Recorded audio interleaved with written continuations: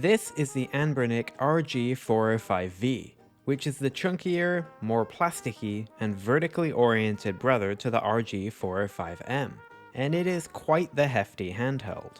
For most intents and purposes, the spec sheet for this device is more or less the same as its metallic little brother, with a few small differences.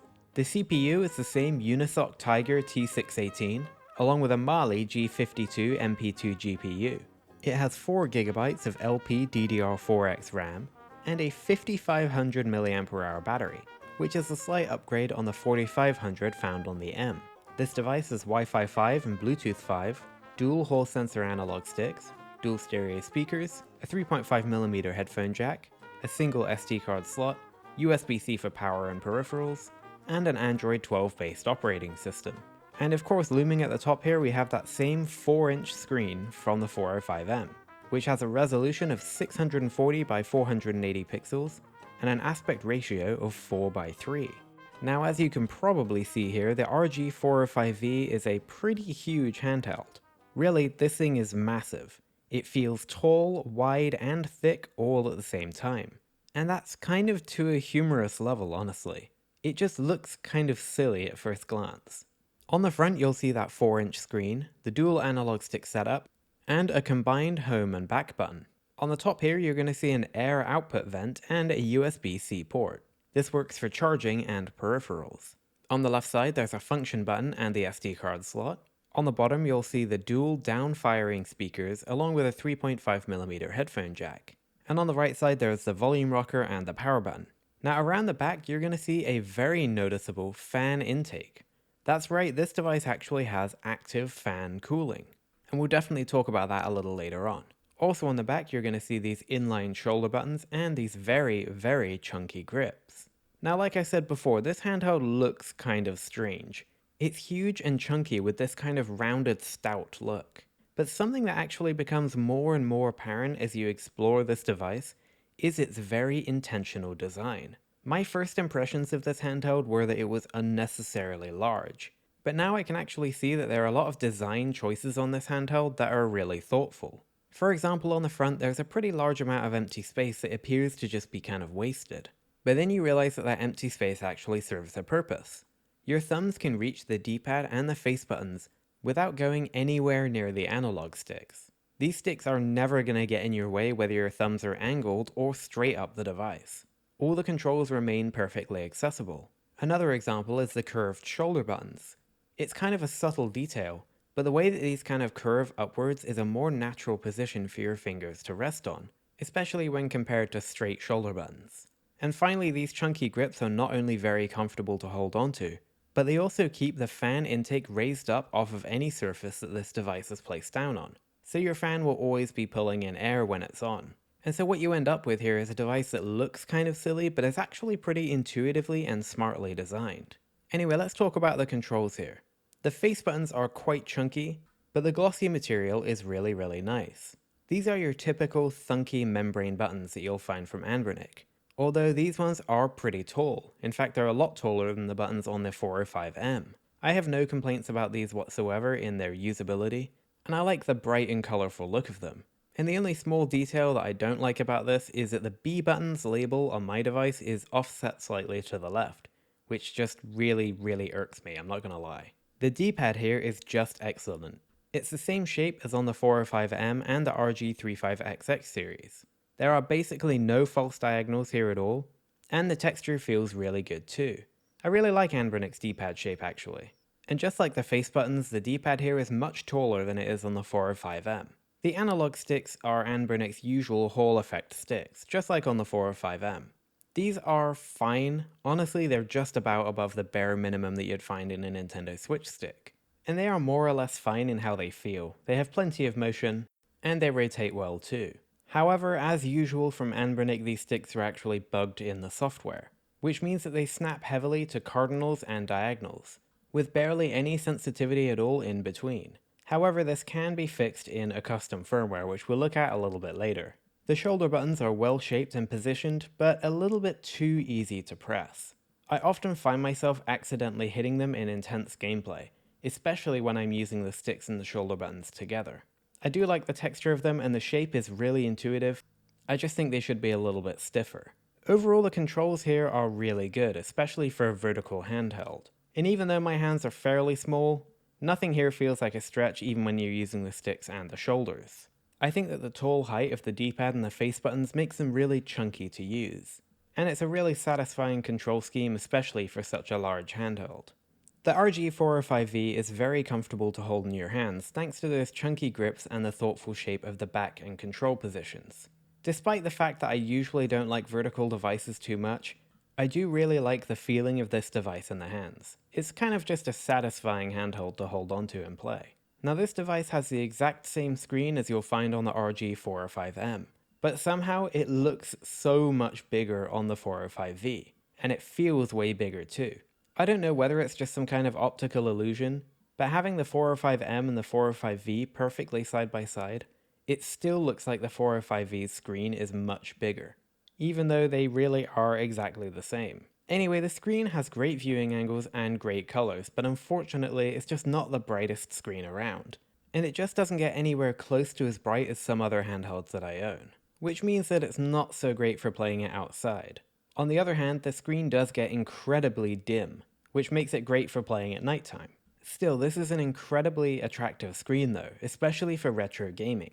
And the 4:3 aspect ratio is just so amazing at this size, and it makes pretty much every retro game just pop and feel really satisfying to play. And really, I think that playing retro games on a retro style display like this is a really satisfying and authentic experience.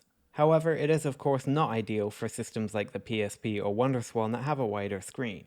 In terms of performance, this device has the tried and tested T618 chip, which is pretty much perfect for conquering all retro games including Sega Saturn and Dreamcast, and also PSP, although like I just said it's not really ideal. The T618 chip can be stretched to play some GameCube and PS2 games, but definitely don't get your hopes up. Nearly anything that actually works on this device on those systems requires pretty extensive tweaking and troubleshooting as you go.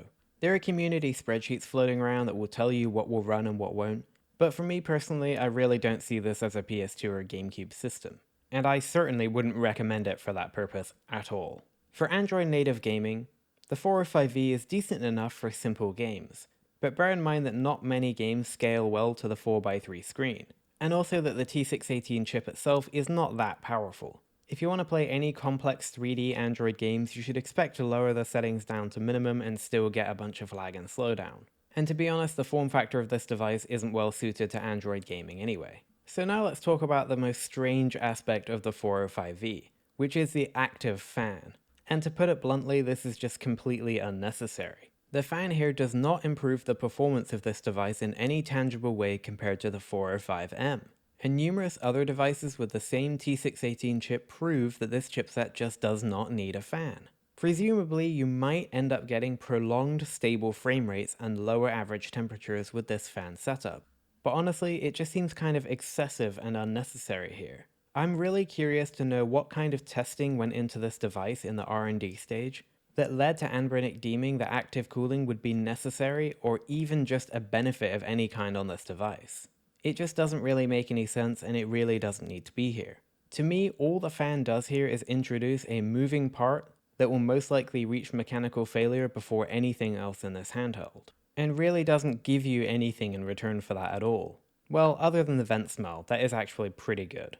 Another unfortunate quirk of the RG405V is that the speakers are absolutely terrible. The audio, especially when it comes to spoken dialogue, comes out completely muffled, almost like it's coming through a radio or a phone. Music loses its oomph completely, and everything just sounds really muddy. It does get a bit better at high volumes, but that's the kind of volumes that you're just not going to want to play with.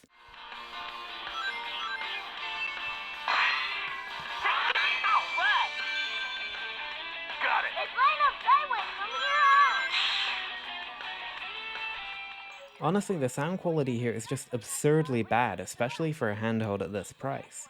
And I find it kind of funny that the 405M had audio that was way too tinny and sharp, and the 405V has audio that's way too muddied and muffled. Also, I swear that there is more than enough room on this device for front-facing speakers. I really have no idea why they're bottom firing. Even when using the analog sticks, it still feels like there's plenty of room for front-facing speakers that wouldn't be blocked with my thumbs. So yeah, this is really disappointing in my opinion. Transcending history and the world, a tale of souls and swords, eternally retold.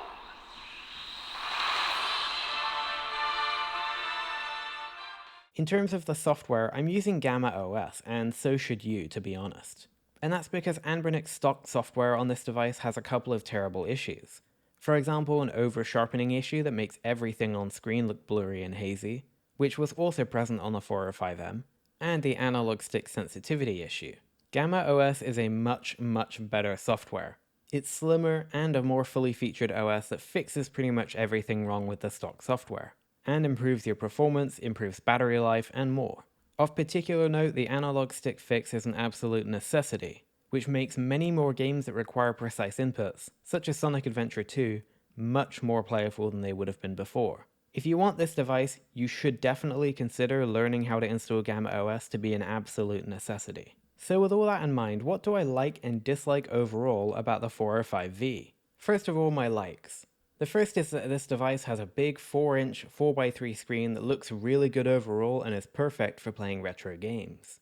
The T618 chip here is an all-around good performer that does really well for retro games and some more advanced stuff too. I think there's a lot about this device that is very thoughtful and, dare I say, innovatively designed in some areas. And to be honest, a lot of my first impressions of this device changed pretty quickly when I realized the reason for some of these choices. For example, the empty space on the front of the device and the positioning of the analog sticks. Next, I think that the controls on this device are really good overall. They're nice and chunky, they feel great, the D-pad is very accurate, and the sticks work well too. Even though the shoulders are a little bit too easy to press, I still think they're fine. Speaking of the analog sticks, I think that these are really well placed, and they don't get in the way for when you want to play retro games, which is just awesome. And now for the things I don't like about this device. And the first is that it just feels way too big to be practical. I mean, despite the good design, it is absolutely massive. I really can't see myself leaving the house with this device and playing it out in public. It's just too big. And whereas I'm fine with big devices such as the Steam Deck, I think that being outside with a giant Game Boy is a little bit of a different thing. Next is that the fan just seems completely unnecessary and adds a breakable, moving part to this handheld. Again, I really want to know why Anbernic deemed it necessary to include a fan on this handheld. It's just baffling to me. Next is that the stock software is truly awful, and not even worth a second of your time. If you plan to pick this device up, you need to be ready to install GammaOS. The speakers are really bad. Some of the worst I've ever heard on a retro handheld, let alone one at this price. And it really seems like there's a lot of room for front-facing speakers here, but it just doesn't have them. Oh yeah, and the function button. I totally forgot about this button until I was actually recording this footage. Because it's just up here on the top left, it's totally out of the way and forgettable, and honestly I never ever use it. Again, I feel like there's room on this device for this button. And finally, this is going to be a very personal opinion, but I actually see absolutely no value proposition to the 405V here. Wait, what? Didn't everything I said about this handheld sound pretty good up until now? Listen. The Anbernic RG405V is currently the most powerful vertical handheld available, and it's also the biggest by quite a large margin. It has the great, tried and tested performance of the T618 chip combined with that big and awesome 4x3 aspect ratio screen that delivers for retro and 3D gaming. For a lot of people, especially those who like a big handheld and only want to play retro games, it might end up being the perfect choice. But in all other cases, this is just an absolutely massive handheld that feels less practical and less enjoyable than pretty much all of its competition. I think that the RG405M is overall a better device in every way, and it's also more pocketable and portable, and has similar feeling controls and a beautiful metal build. The Powkiddy X28 or the Retroid Pocket 3 Plus are nice as 16:9 alternatives if you want to play widescreen PSP, Dreamcast, Saturn or PS1, and you can even get this chip in a clamshell form factor with the Retroid Pocket Flip. And after that, there are much smaller, more practical and cheaper devices available at lower price and power levels than the 405V.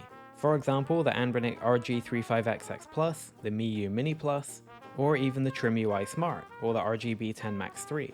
Also, now in 2024, where the Retroid Pocket 4 exists for the same price as the official Anbernic website's 405V, it's kind of a hard sell. Standing on its own 2 feet, the RG405V is a really cool device that leans into its massive footprint and kind of absurd nature. And if you're the target audience for a gigantic vertical handheld, you probably already like this handheld and will probably love it a lot if you pick it up. But for me personally, it just feels like there are a lot of better options out there right now. If you want to learn about some of those, check out my reviews of the RG405M and the Powkiddy X28, which are both on screen now. I want to say a big thanks to Mech DIY for providing the 405V for review, and as always they didn't see the video before it went live and they have no influence over the video. Please check the description box below for a link to their website where you can buy the 405V if you're interested. And that's this one done. Thank you very much for watching Retro Breeze, and I look forward to seeing you again next time.